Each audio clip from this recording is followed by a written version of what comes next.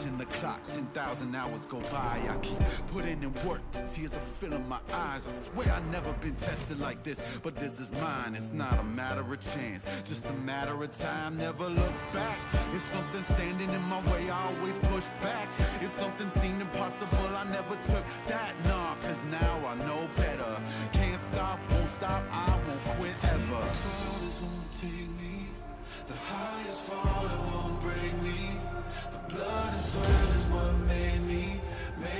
I'ma get mine, just a matter of time.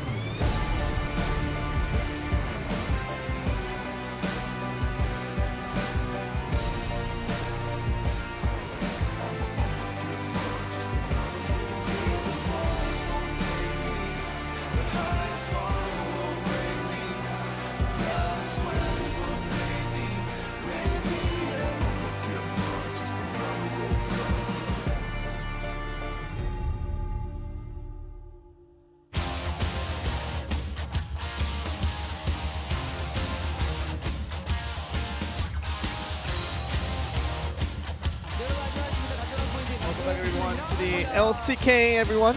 We're back getting ready for the final game of the night with obviously SK Telecom looking like they were going to steamroll their way through past the Afreeca Freecs. But that upward trend didn't mean everything, because it seems like Afreeca Freecs was a much better team in terms of how they dominated SKT in that game 2. Before we get on to game 3, let's take a moment back to that game 2 to see how Afreeca really went about into their wits to trying to come back into this game and trying to win this game 2, and now bringing the set right back to even. Let's look at some of the highlights here. Of course, this, when we saw Alistar already spawning back to the base, and we saw that the base, just basically to try to go back to the base was going to be Xayah, and you saw basically with that ward putting that vision on, the interruption did come on, and that allowed Swain to get back to the base a little bit faster. And this is where it was, and which one was the teleport coming from? It was actually aiming coming from the Swain, and this is that bit of a difference, that 1 second where Xayah wasn't allowed to go back home. That distraction that came in allowed that Xayah to try to, I feel like, maybe make a contribution back into this play, but nothing coming from it. And really with Swain going back home a little bit earlier, allowed to come in with that teleport to support his units, and Afreeca Freecs really outnumbered SK Telecom on that top lane dive, and we saw what happened from there, and really early advantage that went heavily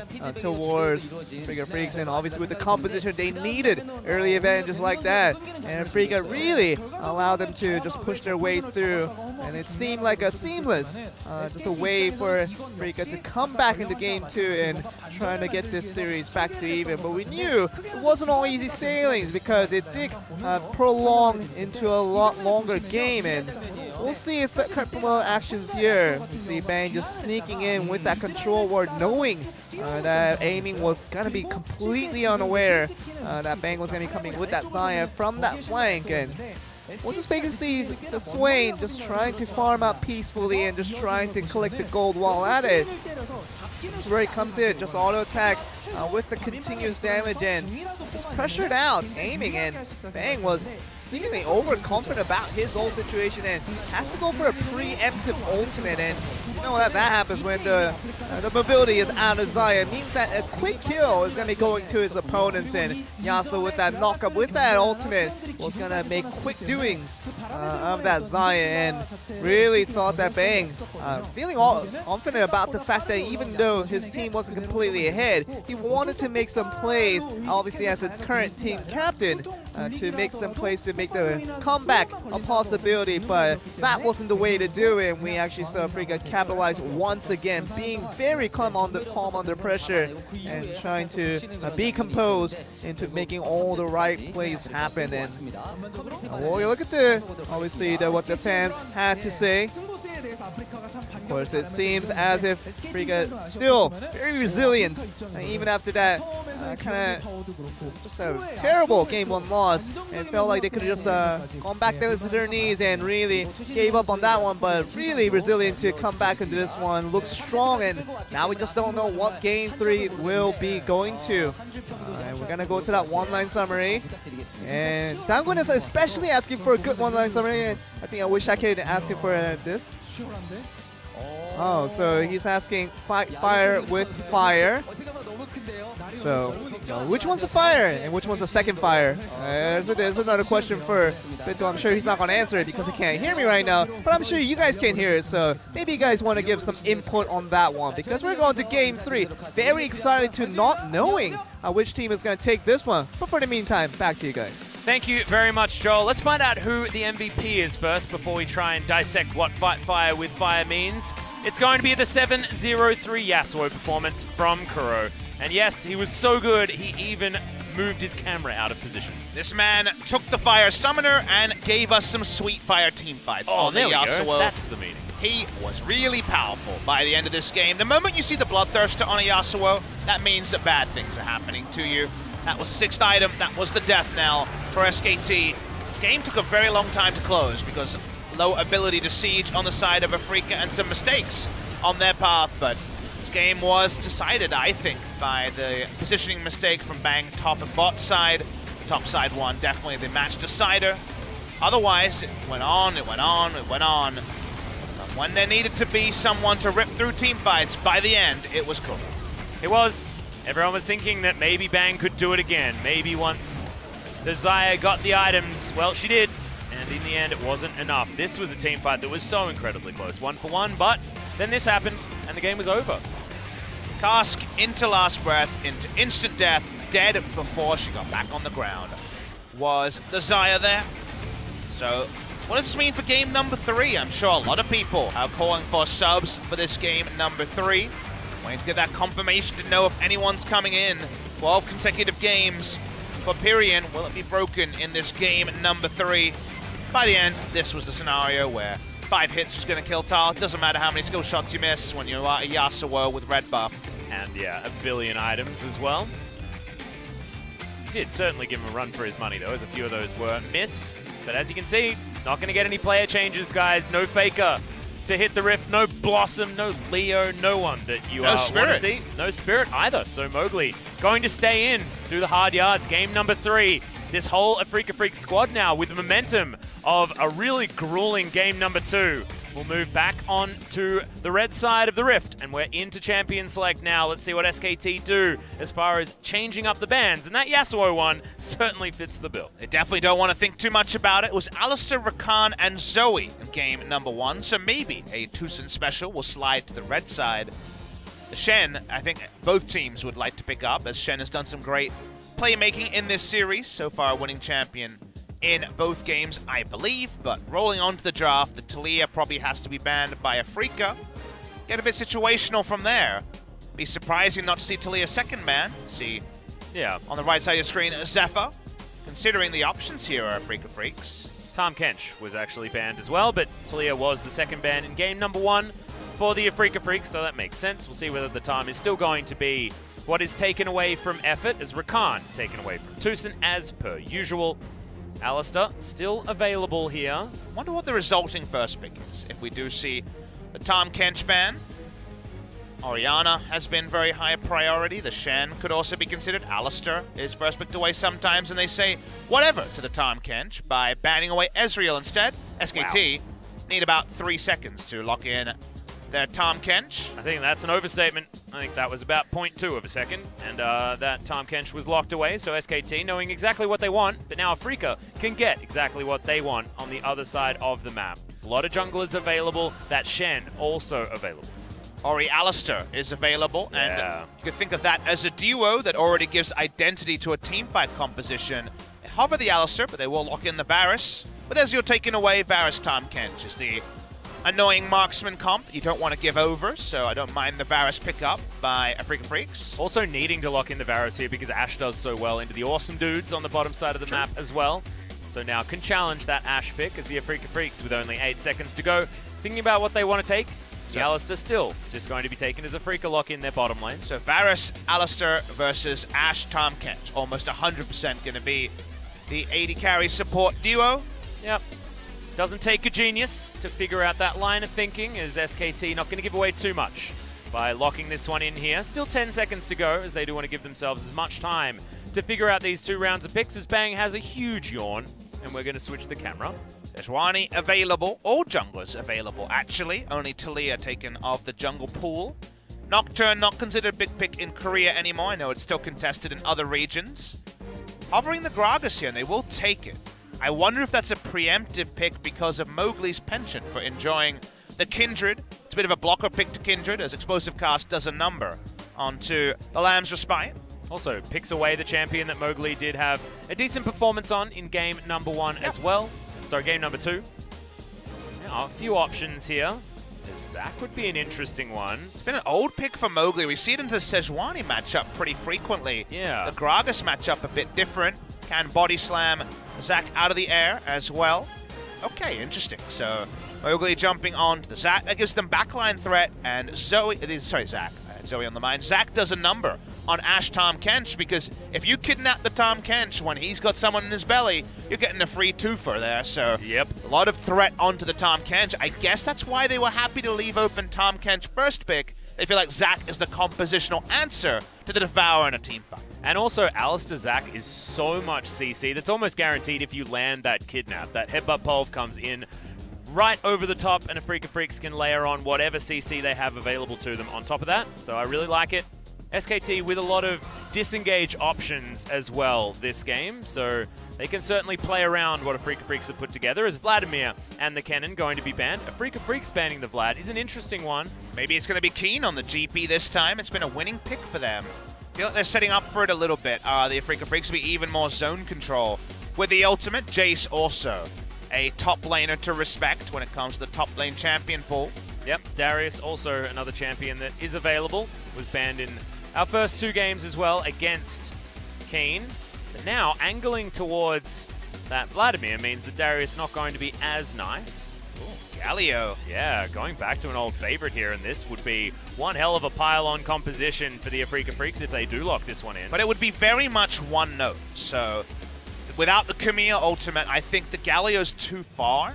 I understand why you would consider it. The GP blind pick makes a lot of sense. I wonder how far we are away from Tal busting down a Cassiopeia top into the Gnar is a very obvious one, but the Gnar banned away this time. Did just get that AP ratio buff on the Q. Someone's going to play it. This guy's played Quinn already, so who's to say? Yorick Mori's been played into the GP to success for Optic Gaming. Doppler playing that one. That is a really, really good lane for the Yorick, but we never see Yorick. Nope. The Ryze picked up potentially for mid or top lane. We're going to find out, though, potentially here, as SKT thinking about their next pickup.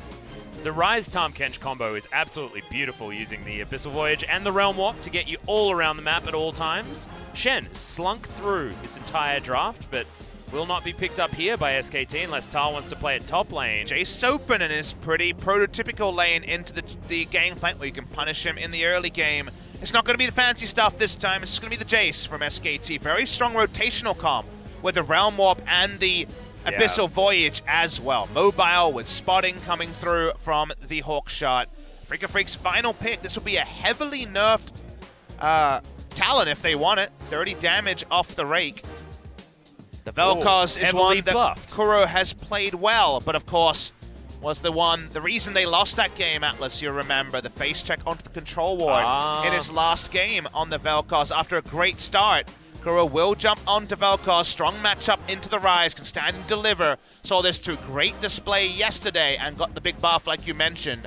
0.2 AP onto the Q for even more damage. The Tentacle Monster may in fact be the nightmare for SKT fans, or just going to be a thing to laugh about. Afreeca Freecs lock in the comp here. Let's see how the Jace is going to do topside. Some games can be decided by Jace. And will the Jace even be a top laner as they start the flex? Yeah, we're seeing it here as 20 seconds on the clock now as SKT will be playing the Jace in the mid lane. That's going to turn that matchup on its head as Pyrion will be able to answer the range that Kuro has pretty damn effectively and bonk him out of that ultimate if he's able to close the distance as well. It's a much stronger matchup than the Ryze because the Ryze is so predictable when he walks up to E or W. You get hit by the Vel'Koz E, the Unraveled Earth, and you just die to a turnaround all in. The Jace is going to be more slippery, harder to hit with the skill shots, but could still be dispatched where he stands with the ultimate. First mid lane Jace we've had all season. Atlas was in bot lane, was in top lane. First time we're seeing the mid lane. Let's see if Pyrion can make it work. Can definitely take aggressive trades against the Vel'Koz. If he's using the To The Skies aggressively, then Vel'Koz has to get out. Yeah, he certainly does. And I really like also the Ryze being picked up into the gangplank on the other side as well, given the fact that Tal really does have that ability to play the casters a little bit better than a lot of our other top laners here. Cuvée does come to mind as another one that has a penchant for that, but SKT going to mix it up in the solo lanes. Is it going to be enough to throw a wrench into the works for Afreeca Freecs? Let's find out as we hit the deciding game of the night.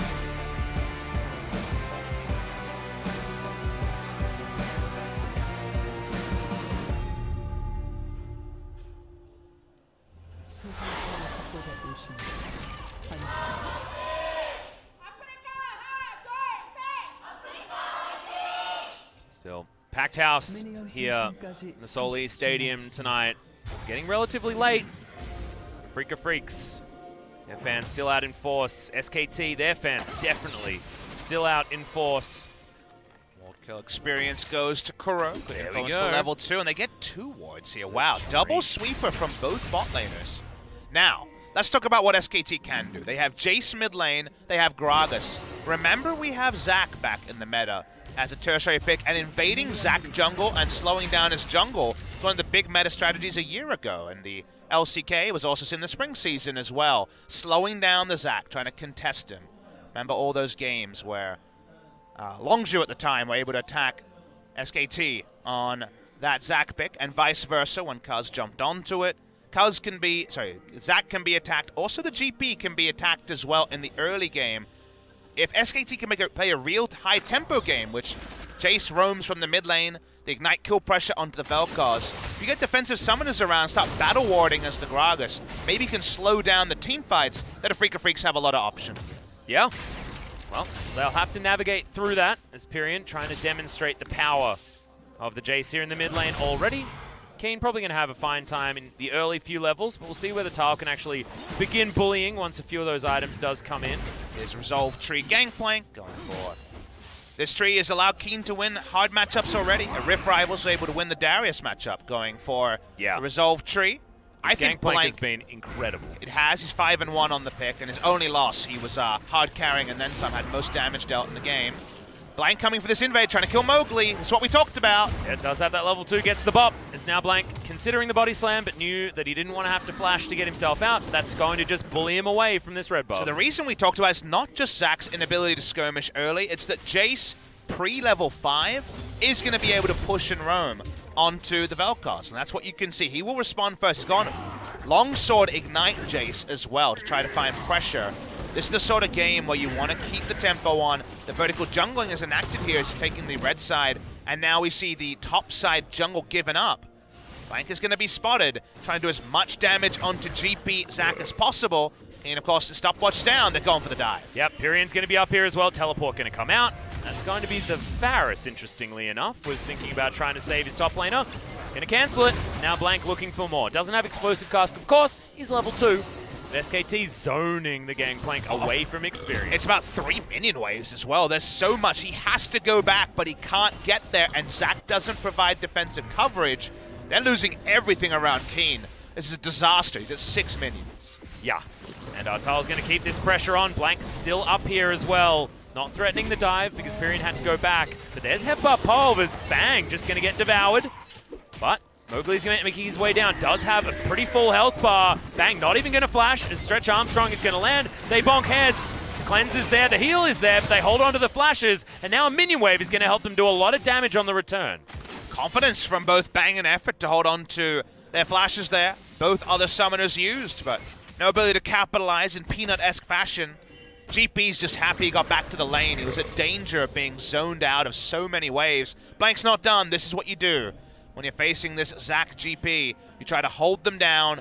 Gragas and Ryze will win skirmishes. Jace rotates first before there's multiple levels in the W for Kuro. Can't move. And he has the cleanse also to show respect. Cleanse against a Jace. That's pretty bold. Yeah. Didn't know, of course, it was going to be Ignite Jace in the mid lane. Obviously, had the confirmation. Yeah, maybe he didn't actually Jace. switch it over in time, as he thought it might have been the Ryze instead. See, it's not so much that. As Vel'Koz against Ashe compositionally, you need either QSS or Cleanse. True. Otherwise, you poke for a Q and you die. But then you see Ignite Jace, and you're like, okay, well, this sucks. Hey, so, you can cleanse the Ignite. That's why Ignite is the right choice, because you have the Ignite, and now Kuro will always orb walk back at every moment, afraid of a all-in trade, and he knows that Gragas has the run of the jungle. Therefore, Jace has lane control and can roam. It all plays into take over the topside jungle, hold down the gangplank, the tempo gameplay you expect with a mid lane Jace. Yeah. It feels like both of these gangplank compositions, game 2, now into game 3, getting abused just a little bit by each side. See whether Tal's going to be able to keep this pressure on. Of course, Keen able to get back as the teleport wasn't actually used from Tal, sorry, to get him back into this lane as Mowgli going to walk over Vision. That was Gragas' ward, remember? That's the reason they don't know about it, because Blank warded for his top laner. So yeah, the Gragas warded for his top laner there to provide coverage. Blank lying in wait. Yeah, see whether Mowgli's going to be able to survive this one. No barrel available Chilling yet. Smite just to open up space. Yep, gets the body slam down as well. Another teleport gained here on the top side of the map. It's the gangplank, yeah, so this time come back in. Not as big. The wave in just a horrible spot for the gangplank. It was well orchestrated by This is Tal really well. bad also. He stepped over a ward, so Gragas knows that the Zac is around the mid lane, but Blank not going to look for the gank. Keen's flash, importantly, still up. Another fantastic ward. Like to say, yeah, trying to get him even more information. That's the ward you were talking about. Control ward is also going to be taken as there's double control ward vision now available for Tal, who's got his tier, happily stacking that one up. And Keen, he's at the mercy of the Gragas' position here this game. You know he's so tilted with where the wave is at. He's like, really, I had to deal with all this, and the wave is in a terrible spot. He finally gets ultimates, now he can ult the wave next time it's in a bad spot. See whether he just ults it straight away off cooldown. As a Rumble player, I'm used to ulting waves. I mean, stupid wave. There's so many counter picks to the champion I enjoy playing. That's what has to happen. Yep, I get it. I mean, Misfortune, same thing. That's my favorite one, just bullet timing a minion wave. Well, Keen, he's at least got his barrels that he can farm at range with, but it does get a little bit more difficult as Gragas is potentially going to turn up. Mowgli's just going to go back. Sets himself up here just for a potential counter gank, but you can see Tal, he's got so much information. Even that lane ward to make sure that the Zac's not going to come in that way. There is no way for this Zac to gank, and that is crazy because he's a dang Zac. Also interesting how much of a lead Ashe has in what has been a very isolated bot lane matchup. No one has gone bot lane this game.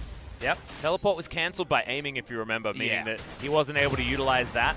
Bang had his heal on cooldown pretty early on, so not as much of a detriment there to aiming. There was that one Zac gank, but since then, been able to open up a nice CS lead. Keeping up the flash, very important to make that happen. Things get a bit more comfortable as King can ult waves. Vel'Koz has level 7, so now he can clear waves with double Ws.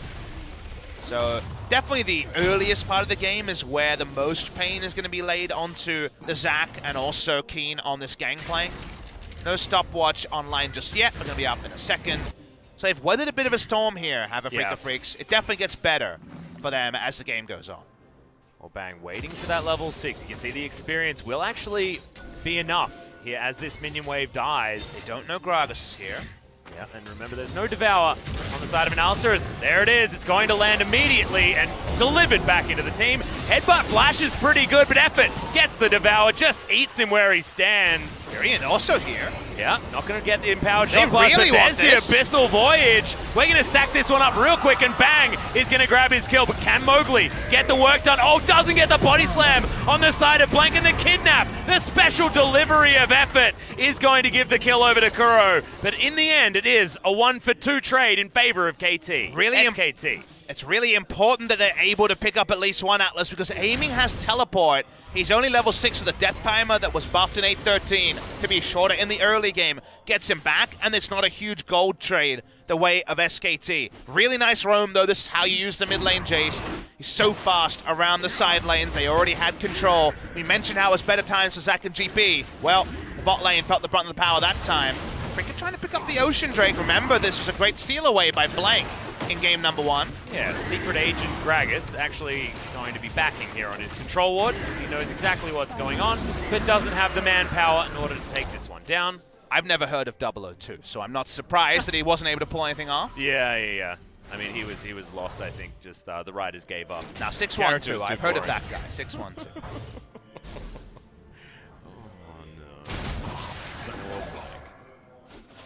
Numbers can be funny. But the only number these two teams care about is 5. They want to get to 5th spot. They want to make it to playoffs. And this game, of course, may not be a best-of-1 playoffs, but it feels close. Whoa. Speaking of close, that's a lot of damage onto Keen. It is, as Tal. He's only got a tier, remember? And he's probably sitting on almost Rod of Ages money up here towards the top side with ADCS, 10 minutes. Not too bad on the side of Tal. He had a day out in game number 1. Wants to have another one here in game 2. Summoners down on the bot side. Effort cycling through his summoners. Just ghosts in lane randomly. Yep. Abyssal Voyage not up just yet. That's going to be something they're going to consider. So much respect has to be shown by Aiming. Tucson on the front foot. What a strong lane Alistair Varus is. In scenarios like this, it really is frustrating. Yep.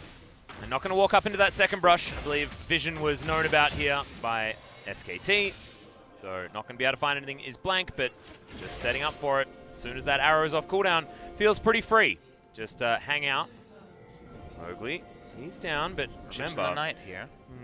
And with the control ward Vision, he's spotted. Kuro as well is going to find Blank. Knock up.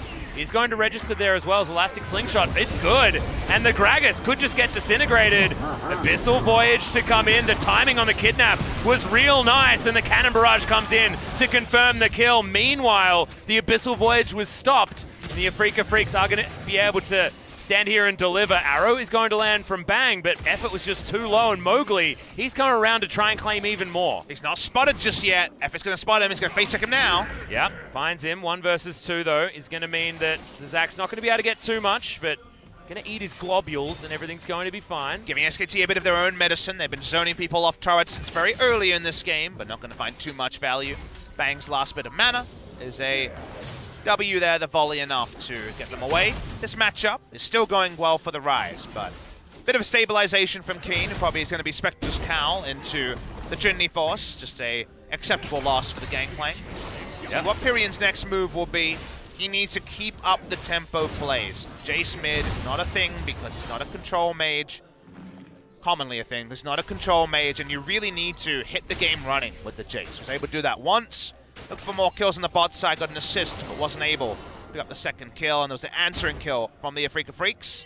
The game goes on with much more reliable about what Afreeca Freecs comp will do in a team fight than SKT's. It doesn't mean there's no chance. There's great rotational play available for the Realm Warp and the Abyssal Voyage.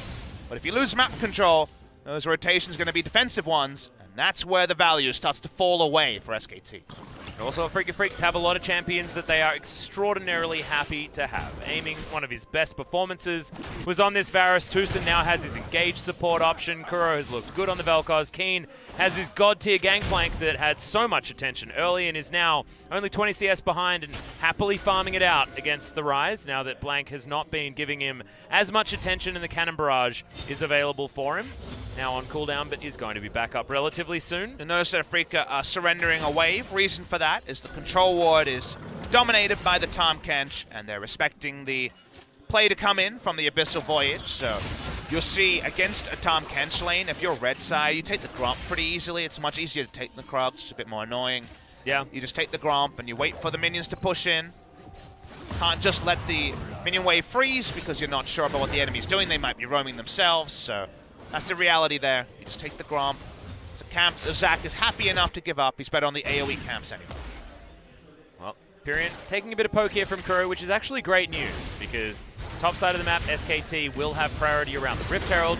That has spawned already as a 6 slingshot being charged from Mowgli, but He suspects that he's on a ward, and speaking of this Rift Herald, it is going to be started here from Blank. Love to pick this up. One of the few ways to push through GP ult, GP barrels, and also the Vel'Koz wave clear would be a Rift Herald. SKT could try to leash it upwards. Rox Tigers put off that cool move where they leashed it upwards and ended up not easy to contest for the enemy jungler, but for now at least, I think Mowgli's job is about stopping things. He's in the mid lane. Yeah, Pyrion gets a bit of movement speed, but still has to flash to get out of the way of the Disintegration Ray of Kuro. That now on cooldown might mean that SKT can find some options, but having no flash on the Jace is a problem as Bang, once again in a very weird position, and the ultimate barely going to get out of the way of Effort, who used the Devour to save the Ashe. Rotation was odd. I don't know about the flash as well when it comes to odd moves, because why would you rush Hex Drinker then flash this early before the Hex Drinker's even popped? I don't believe he was researched. I don't think it was doing true damage. But maybe just too much concern shown by Pyrion. It is a must-win game. It is a different scenario. Some of our other games, the Pyrion experiment, people were obviously umming and ahhing about for a long time. They beat Gen.G, and that was the real contender they beat to give people more faith in SK Telecom. This is another one, though. You're only as good as your last series. All their series are must-win.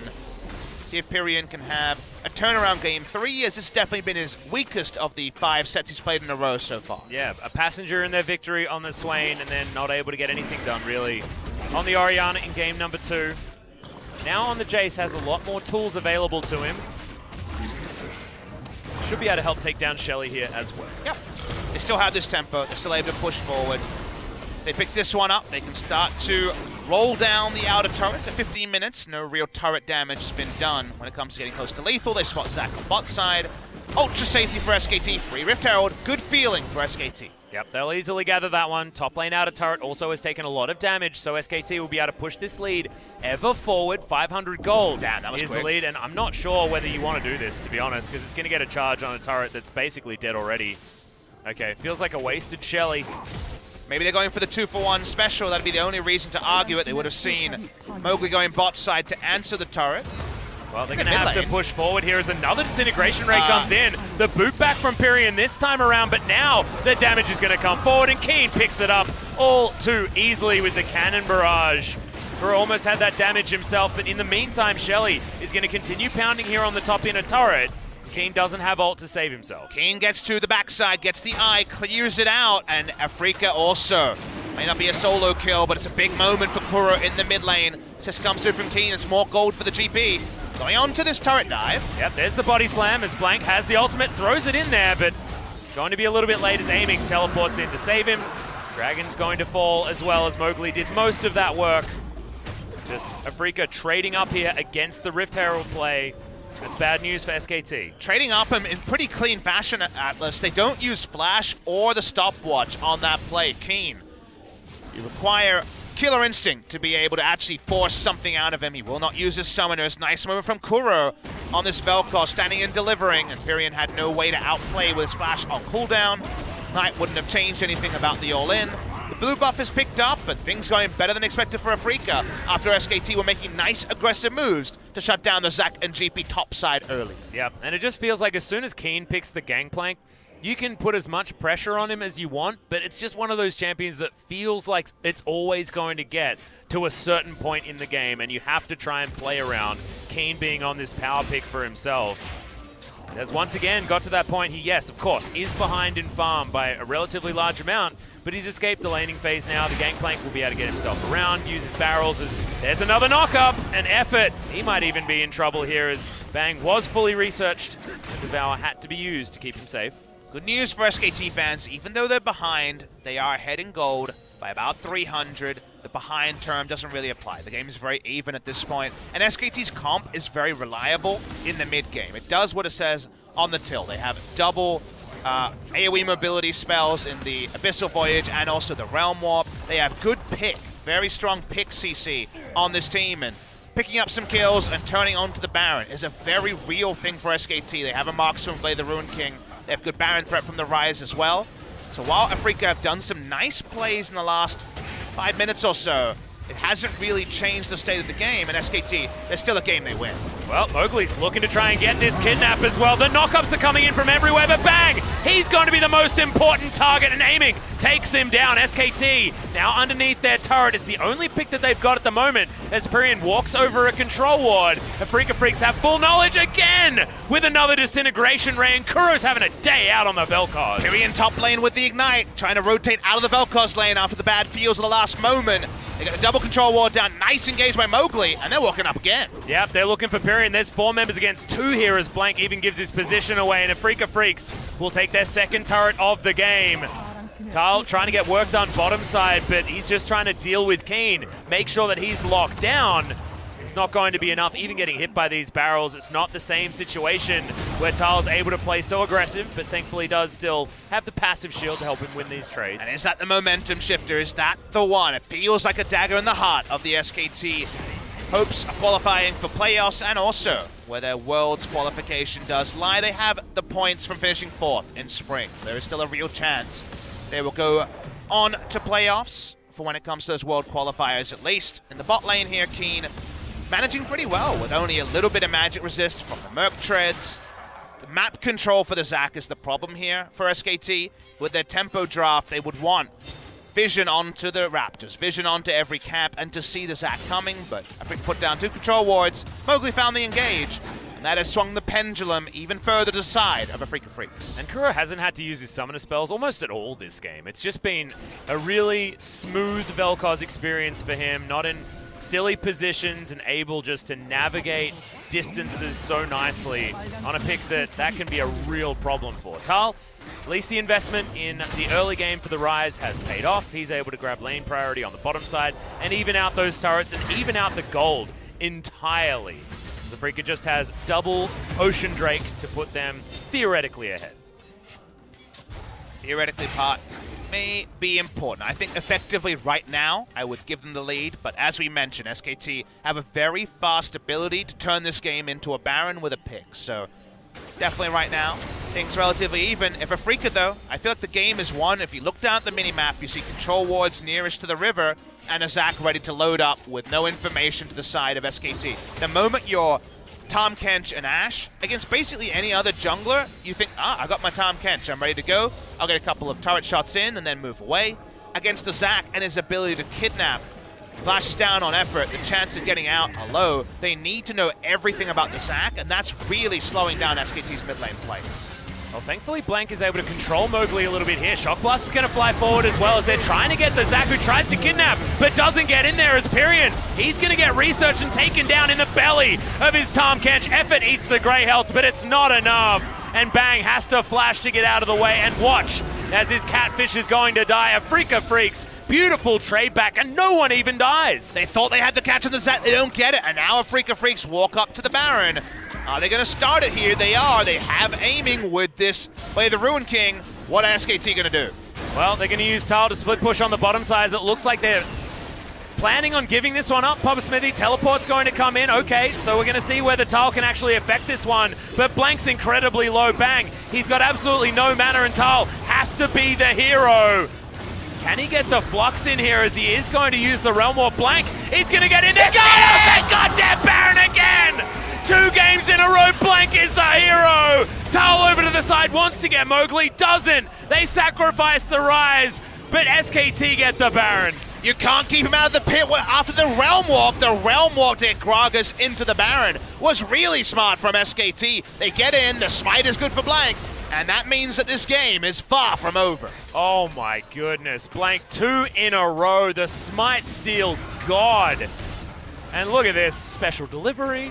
And Afreeca DPSing it because they don't put 2 and 2 together. It's so creative, but so well done by the side of SKT. They lose 2 more members, but they stole the Baron. And they lost 4 kills for it, but you'll call hashtag worth if you're an SKT fan. I think Afreeca Freecs are still in a really good spot in this game, but the gold lead doesn't show it, and that Baron buff on a couple will delay the game for SKT. Yeah, the engage control that Afreeca Freecs have with Mowgli playing so well on the Zac as well as Kuro having a lot of space in the back line of these teamfights feels like their front-to-back fight is more reliable from the Afreeca Freecs. But SKT with a Baron buff might be able to snowball themselves a real advantage here. Currently 500 gold, but that could just extend. No teleport available on Tal. Use that to get into this Baron pit. 3 Ocean Drakes isn't necessarily the most fantastic situation, but Kuro, he's going to be pretty happy, as well as Aiming's ability to go through his mana relatively quickly. How is it still so tense? Game number 3 here. It looked like SKT would pick up an easy 2-0 after they powered through in game number 1, but some mistakes from Bang led to Afreeca seizing it fully with the teamfight draft they had in game number 2. That one went long, but could have gone even longer. Also, it felt like Afreeca Freecs cleaned up their play in game number 2 quite a lot. Being able to play more reserved, more controlled, had vision available when they needed it. SKT suffocated them in game number 1, but they could not do anything like that in game 2, and now once again in game number 3. But does the Baron buff get them any structures? It's a steal, so obviously much harder to get a huge Baron buff power play. Yeah. A lot of standing gold. Can they actually harass Kuro away from this turret? As you mentioned, doesn't like using summoners ever. No. And he's going to hold on to it here as... Oh, I thought we were going to have like a Harry Potter wizard battle there as the Siege minion and the Vel'Koz's projectiles look relatively similar. Doesn't happen, and the Siege minion's going to die. Or maybe he's Harry Potter in this scenario. Oh, doesn't have the Baron buff in this scenario, so isn't going to be getting the work done the side lane that Pyrion was in the previous game. Yep. Ghost popped it, going for this. Arrow's going to fly forward, and finally a summoner spell hit by Kuro, but that's going to buy them enough time. They take down the outer turret in the mid lane. Delivery on the cow is too soon. Has the ultimate, is going to survive this one, decides not to re-engage.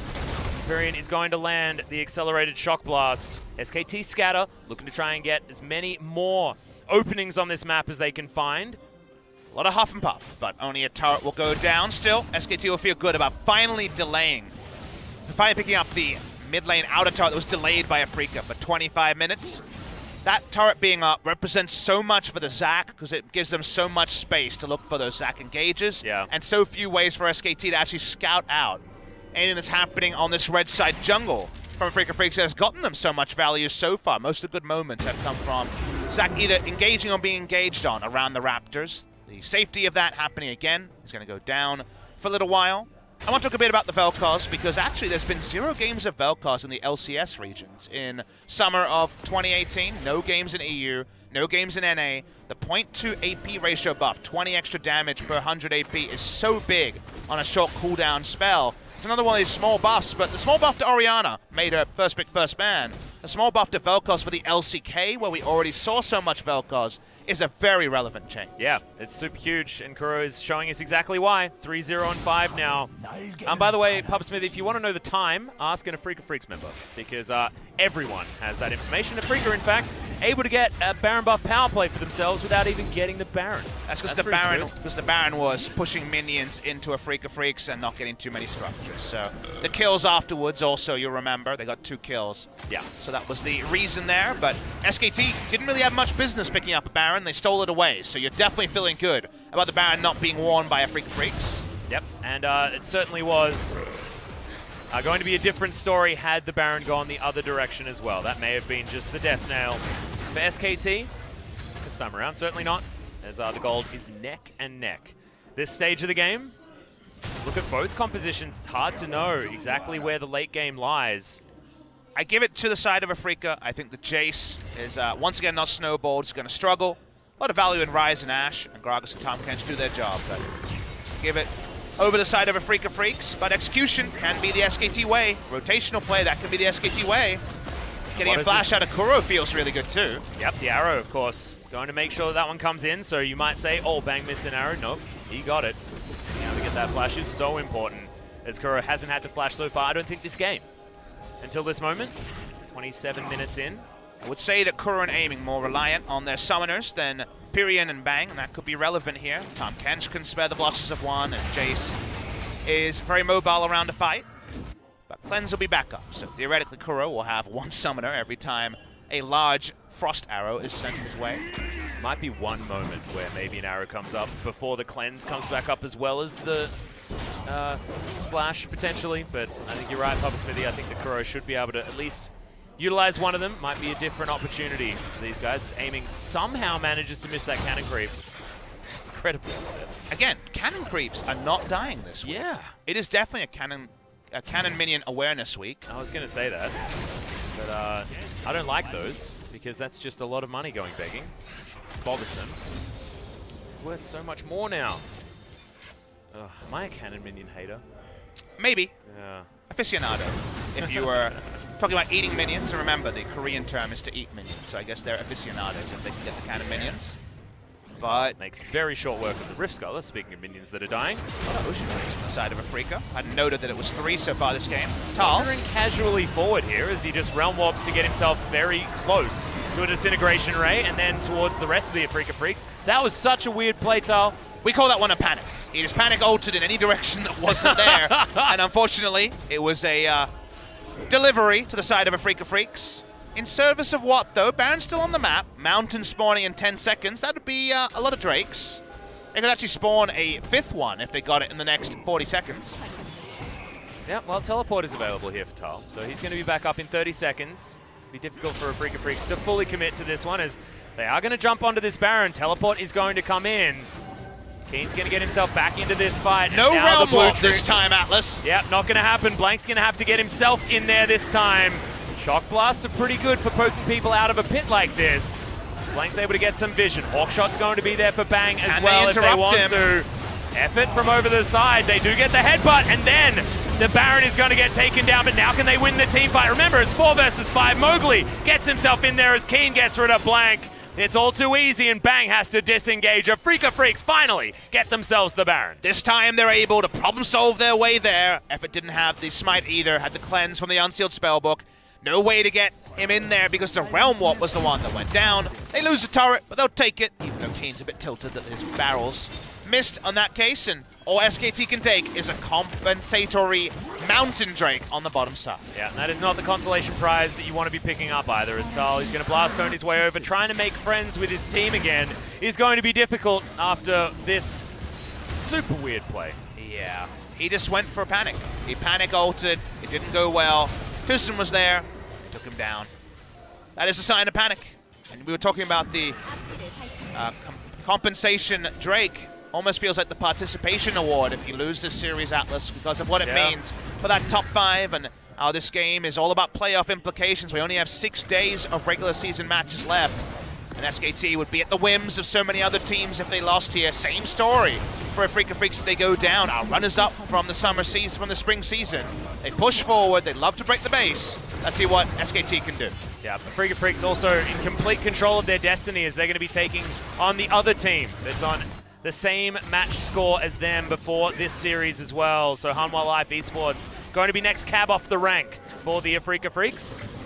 Great news for them, but terrible news if you're an SKT fan. This is okay news, as the inner turret is being taken by Tal very easily. As SKT able to stave off the Afreeca Freecs, moving 5 members into the mid lane. They have summoners on Bang and Pyrians. They feel like they're not going to be dived. Trying to make a trade. But if Afreeca gets a couple picks, the game could just end.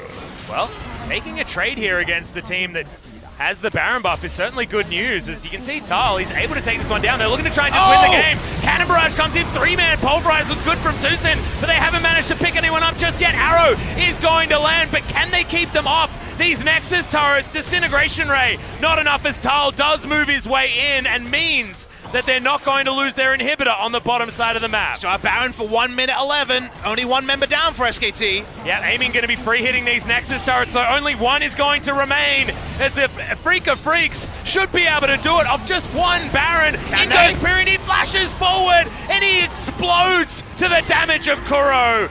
Now, Tal's going to be able to answer 1 back. It's only on to the Alistair, though, and it's a double kill now. Kuro making this Vel'Koz look completely busted. 1 kill after the other. The flash forward from Keen to get space for them on the Nexus. And Afreeca Freecs, they've done it. 4,000 gold's the only lead that they managed to get. But they take a Baron and they win the game. Afreeca Freecs reverse sweep SK Telecom T1, and why they don't silence the SKT calls for that big rush to the playoffs. They're only going to be whimpers for now because their schedule is difficult and they don't control their own destiny, even more so than previously. Their game score was the worst of the 3 teams at 8-5, but now at 8-6, and Afreeca Freecs going to 9 match wins. Things get even more difficult for SKT, and the shouts for a change in the mid lane will only get louder as well. Yeah, the first series loss since they went for that big run with Pyrian on the squad. Unfortunate for SKT, they looked so good, so clean, so controlled in game 1, but Afreeca Freecs really holding on. Shout out to Mowgli there as well. Do notice that Koma, who is not the drafting coach at the moment, is in the booth straight away. He rushes in there to just try to rally his troops. He has been unsighted alongside FLICKR for those 13 games they have played since they started that run against Hanwha Life. But this is the moment he comes in to try to reassure them. Obviously, everyone is well aware on the side of SKT that this is a pretty mortal blow for their playoff hopes and maybe even for their Worlds qualification hopes, depending on what happens with Hanwha Life and top 5. SKT won game 1. We're taking out games 2 and game number 3. Let's see what happens in the rest of the season, but maybe Afreeca Freecs have finally steadied the ship after sinking for the best part of the post-Rift Rivals play. And you have to remember that they're up against Hanwha Life and Jinair to close out the season, and SKT are against Griffin and Kingzone. Good lord. SKT do have a rough run, but they can do it if they can knock a peg off from Griffin and Kingzone, and maybe something goes right here for them as the season concludes. It's going to be huge news, but now with this loss, it means that the Afreeca Freecs, if they just close out their next remaining games, they should be able to pip SKT at the post. And Hanwha Life also will be in that hunt and have some games to play. Afreeca Freecs, 32 minutes 55. Shorter game. The Vel'Koz was the tentacle monster of nightmares in this game. Korean Vel'Koz, man. I feel like the Korean Jace may be to one side. We've had some poor Jace games recently, but the Korean Vel'Koz is the new meme because this champion, after the small adjustment, is right up there with Orianna when it comes to mid lane picks. You need to fear from Korean mid laners. Great game from Lava. Recently, Kuro played well, but lost on it recently. This time, they closed the business to Afreeca Freecs. MVP of this game should be Kuro. He played fantastically well, 700 points on the season, and still in the hunt for the MVP race. Yeah, that's 2 in a row there for Kuro, and you know, Kuro is an MVP man. He is very, very good at getting MVPs just in general, and slinks his way towards the top.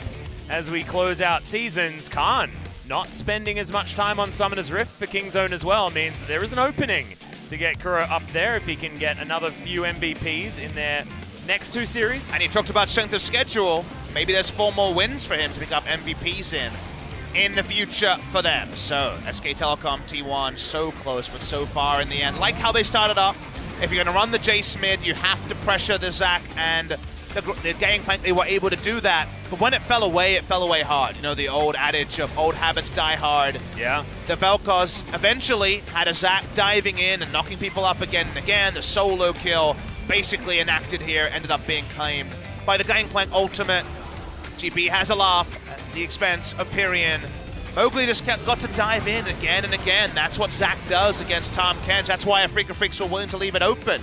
Had confidence in Mowgli Zac. If they continue to shut it down, maybe there's a different game that SKT wins. They were winning until they weren't. Afreeca Freecs, really well done to close out this game. Nice stuff from them, and who knows what it means for their season, because Kingzone versus Afreeca, a rematch of that spring season grand final, could still very well be a wild card match in something. Well, now, after this match, it feels like Afreeca have all but claimed that 5th spot. Hanwha Life, the last team that can possibly get them out of there. Or Afreeca Freecs' own hubris could lead to multiple losses. And if so, it's all about them losing to teams like Jinair, things like that now. But we're going to hear from them and see what things are like in the Afreeca Freecs camp. So take it away with some translation, Joel. Thank you very much, guys. This is Joel with your interview translations. The last one for the night is going to be SK Telecom not winning. Something that we've been starting to get accustomed to. It's not going to prolong for today's games, and we're going to see Afreeca Freecs very happy about their win against SKT. See how they feel. You did win against a very strong SKT. I'm sure you feel pretty good about that. Recently, our games haven't been great, but for our team, and we were kind of worried that this would be extended a little bit. But today, the games were pretty well, fought well again for us. It's something that we want to just keep this flow going, so we feel pretty good about that today. A lot of people do say this is an important thing, but obviously the coaching staff, did you feel maybe something that was different in terms of how you guys got the winning strategy on? For the first game, I was trying to pressure the tower with the Jace, but I couldn't do that, so that was a little disappointing. Well, after that though, you guys did a lot. Well done for that super save that did come through to get the Game 2 victory. Did you feel maybe you had to go prioritize that pick next time? If I didn't get one death, I think that wouldn't have come up. Getting that death a little bit early, that really cost us big time. Well, even against SKT, but you talk about just again every other top laner, you do put a lot of pressure in. You feel like maybe you have a hard time controlling your mentality. Everybody comes to top lane, seems like, but I do get attacked quite mentally, but our teammates do contribute in trying to find some advantages elsewhere. Well, for Kuro, it really seems like the picks and bans have been very customizing in the ways that you went with the Anivia today, and of course with recently, maybe you thought that maybe some of those picks are really coming back to you, and obviously you're personally and individually doing well with these unique picks today. I had a really bad jinx with trying to get a lot of sleep, but yeah, I actually had a lot of sleep today, so it definitely made me feel a lot better for today's plays. You were trying to, instead of extending your practice hours, you do try to relax your body a little bit. I mean, today was an 8 p.m. match, so we did practice until and do our meeting until the past midnight, but we did get a good night's sleep, so individually getting that sleep made me feel good. And let's go to game 2, where Yasuo did pull off an MVP worthy performance, and we'll see how this all went about. Do you feel satisfied about your Yasuo plays? I was a little disappointed.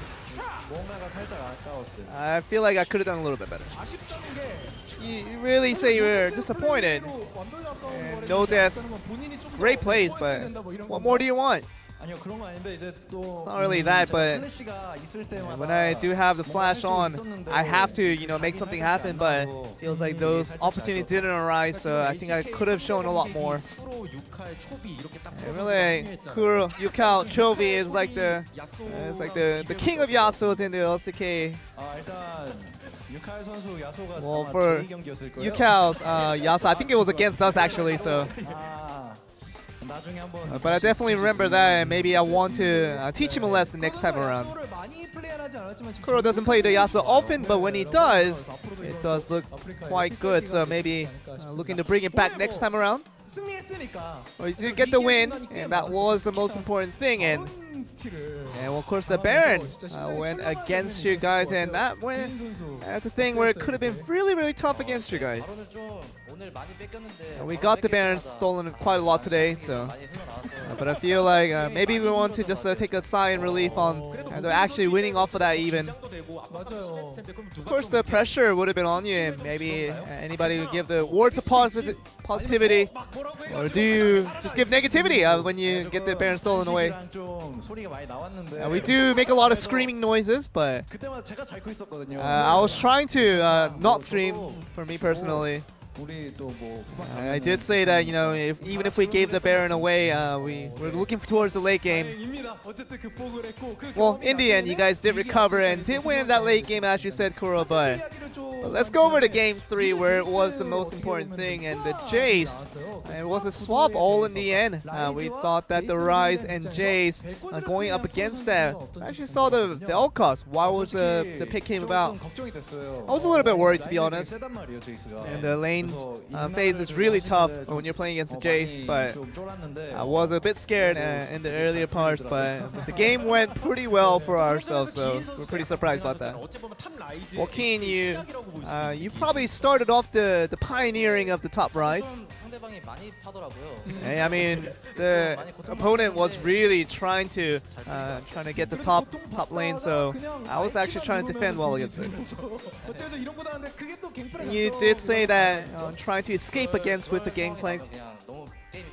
Yeah, when I do have a little bit more of a comfortable laning phase, it does make the game a little bit better to work with. We do have to see how the team fights that changed a lot of the prospects here.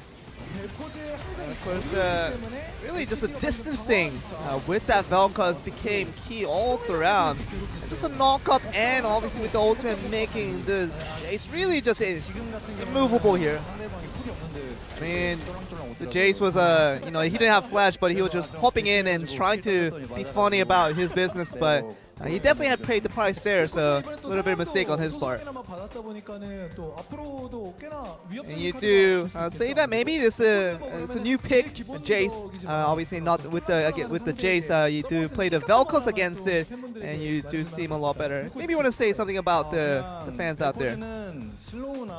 Vel'Koz with the slow and the CC. If you get hit by one of those, you do get a really good kill opportunity. So be sure to get one of the CCs correct. I mean, the cooldown is actually really low on the ultimate, so you can just use it anytime you want. Basically, just whenever you get the CC, just use the ultimate right away. It's just an automatic combo. But now we're still on the discussion where the recent patch has changed the bot lane into now a traditional ADC. And really now it's still contemplating over where the bot ADCs will stop using the traditional and maybe start using the non-traditional once again. What's kind of your thought about behind it? I do like the range ADCs a little bit, but I think the coaching staff and also the players want it a little bit more, the non-traditionals. Do you feel a little bit less pressure with it? I do like the range ADCs a little bit better, but we know with the team composition we needed some of those non-traditional ADCs, so we decided to go for it today. Still situational is going to be the final answer by even the Afreeca Freecs members, so undecided point of yet. But you talked about Afreeca Freecs not having the best of runs recently, but now against a very strong, that was a stronger looking SKT, you do get the victory. And you do want to say anything last before we wrap up this one? We do lost the first one, but we're glad that we got the rest of the games to win out the series.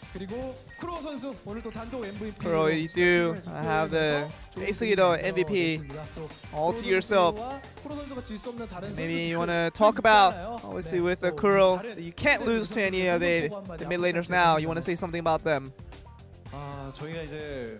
I think if we lost today, I think we honestly would have lost our chance to go to the playoffs. But today's win kept us alive, so we want to really try to win as many, get to the playoffs, and hopefully to the World Championship in the end. That's going to be our biggest hope here.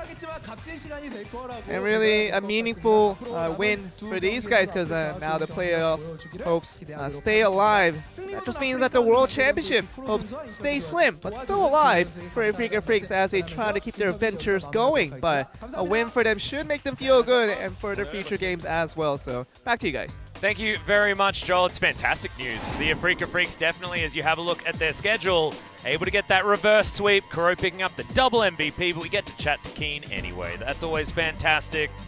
And Afreeca Freecs feels like a nail in a coffin that SKT weren't considering, given the fact that they were on a great run. Definitely reanimated were SKT in their last 4 matches, but crashing down to earth once again at a 0-game score. I believe it's 20-20 wins and losses.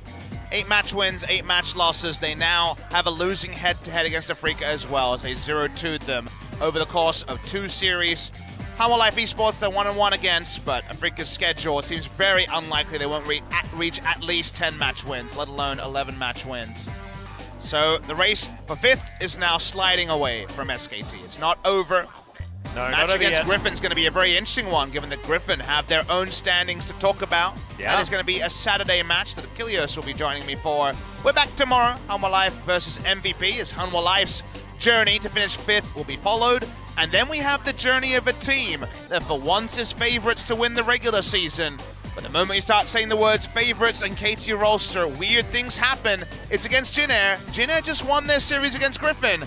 Can Jin Air beat Griffin and KT and throw this whole race into complete chaos? Yeah, that would be complete disarray. It also would mean that Jin Air would dodge out of relegation most likely as well. And we'll get more information about that in the previous game. So tomorrow, is going to be very interesting. Hanwha Life as well, if they manage to pick up the win versus MVP, then they go up against Afreeca Freecs. Yep. They'll be getting to 10 match wins, or someone is. And then SKT are feeling like they're going to have a very, very rough time. Could be that decider match with Hanwha Life versus Afreeca. That's exactly right. But ladies and gentlemen, that is going to be it from us. We'll see you again tomorrow. For now, good night.